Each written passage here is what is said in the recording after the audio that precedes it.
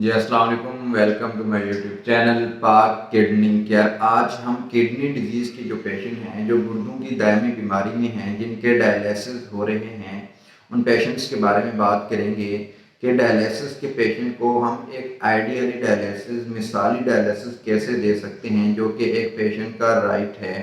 तो उसमें आम तौर पर तो सभी लोगों को यही मालूम है कि डायलिसिस मशीन होनी चाहिए, उसमें प्रॉपर एक्सपर्ट डायलिसिस स्टाफ होना चाहिए, डायलिसिस मशीन की डिसइंफेक्शन है उसको प्रॉपर करना चाहिए, या फिर डायलिसिस सॉल्यूशन है, डायलिसिस किट है, इसका भी होना ज़रूरी है।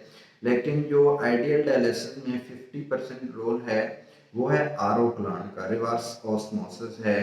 क्योंकि उसका जो वाटर है उसका प्योरीफाइड होना इंतहाई ज़रूरी होता है, क्योंकि वो वाला वाटर आपका जो पेशेंट है उसके डायरेक्ट ब्लड में जा रहा होता है। उसमें मिनिमम आयरन चाहिए होता है, मिनिमम कंडक्टिविटी चाहिए होती है, मिनिमम ग्लूकोज होता है, उसमें मिनिमम बैक्टीरिया होता है, मिनिमम मिनरल्स चाहिए होते हैं। सारी चीज़ें ज़ीरो लेवल पे चाहिए होती है। जितना मिनिमम ये सारी चीज़ें होंगी, प्योरीफाइड वाटर होगा, उतना ही आपके पेशेंट को एक आइडियली डायलिसिस मिल सकेगा। देखिए, जो घर में वाटर फिल्ट्रेशन के प्लांट लगाए जाते हैं उसमें हमें मिनरल्स भी चाहिए होता है, आयरन भी चाहिए होती हैं, सारी चीज़ें चाहिए होती हैं, क्योंकि जो आपका डाइजेस्टिव सिस्टम है, निज़ाम है, फूड को डाइजेस्ट करने के लिए ये सारी चीज़ें इनका होना इंतहाई ज़रूरी है। लेकिन जो डायलिसिस का पेशेंट है उसका जो वाटर है, डायलिसिस सॉल्यूशन है, उसका प्योरीफाइड होना इंतहाई ज़रूरी है, क्योंकि ये सारी चीज़ें डायरेक्ट पेशेंट के ब्लड में जा रही होती हैं। उसमें बैक्टीरियल्स का कम से कम होना इंतहाई ज़रूरी होता है, क्योंकि जो आप सरफेस वाटर ले रहे हैं या ग्राउंड पे ज़मीन में से एक पानी मोटर के ज़रिए निकाल रहे हैं, उसमें मैग्नीशियम भी बहुत ज़्यादा होगा, आयरन भी होता है, उसमें मिनरल्स भी होते हैं, और उसमें बैक्टीरिया भी होता है। इन सारी चीज़ों को किल करने के लिए, जरासीम कशी करने के लिए वाटर फिल्ट्रेशन में फ़िल्टर लगाए होते हैं, डबल मेम्ब्रेन्स लगाई होती हैं। तो ये एक सारा प्रोसेस होता है जो कि डायलिसिस टीम इसको जानती है। तो सबसे पहले देखें कि वाटर को, सरफेस वाटर है या ग्राउंड वाटर है, उसको निकाला जाता है, एक मेम्ब्रेन में से गुजारा जाता है, फिर उसको सैंड पार्टिकल उसमें से अलग किए जाते हैं, कार्बन पार्टिकल अलग किए जाते हैं, उसकी जो कंडक्टिविटी है उसको कम किया जाता है, या उसमें जो बड़े ज़रात हैं, तिनके वगैरह हैं, मट्टी है, उसको अलग किया जाता है। फिर एक यूवी लाइट होती है, उस पाइप में से गुजारा जाता है, जिससे जो बैक्टीरिया वगैरह है, बच्चा कुच्चा बैक्टीरिया, उसको किल किया जाता है। तो ये सारा एक सिस्टम होता है, मेम्ब्रेन्स होती हैं, वेसल्स होती हैं, फिर उसके आगे स्टोरेज टैंक होते हैं, उसमें वाटर स्टोर किया जाता है, फिर उसको मंथली डिसइंफेक्ट किया जाता है ताकि इसमें बैक्टीरिया वगैरह ग्रो ना करे।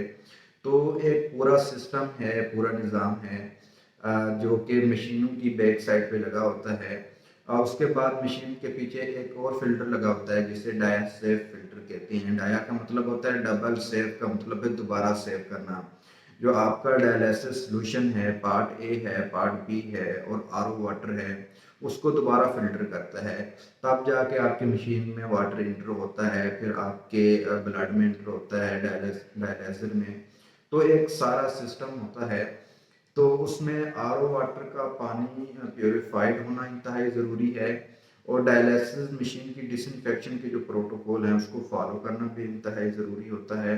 और इसके अलावा जो डायलिसिस स्टाफ के हैंड्स हैं वो भी स्टरलाइज होना इंतहाई ज़रूरी होते हैं। डिसइंफेक्शन के जो प्रोटोकॉल हैं, डिस्पोजेबल वेस्ट है, जो डायलिसिस का डिस्पोजेबल है उसको वेस्ट करना इंतहाई ज़रूरी होता है। तो कैसे करना है, किस जगह पे कौन सा वेस्ट है, सिरिंज कहाँ फेंकनी है, नीडल्स है, ये सारी एक प्रोटोकॉल के तहत उसको जो है ना वेस्ट करना होता है। ये सारी चीज़ें देने से पेशेंट का जो बॉडी का वेट है, असेसमेंट है उसकी, जो उसका टारगेट वेट है, या फिर कितनी उसकी अल्ट्रा फिल्ट्रेशन करनी है, उसके ड्यूरिंग डायलिसिस क्या क्या कॉम्प्लिकेशंस हो सकती हैं, या फिर ड्यूरिंग डायलिसिस कौन से ऑपरेशनल आपने रेडी रखने होते हैं। ये सारी चीज़ें करने से ही आप पेशेंट को एक आइडियल डायलिसिस दे सकते हैं, जो कि एक पेशेंट का राइट है। तो अपनी सेहत का ख्याल रखिएगा। अल्लाह हाफ़िज़।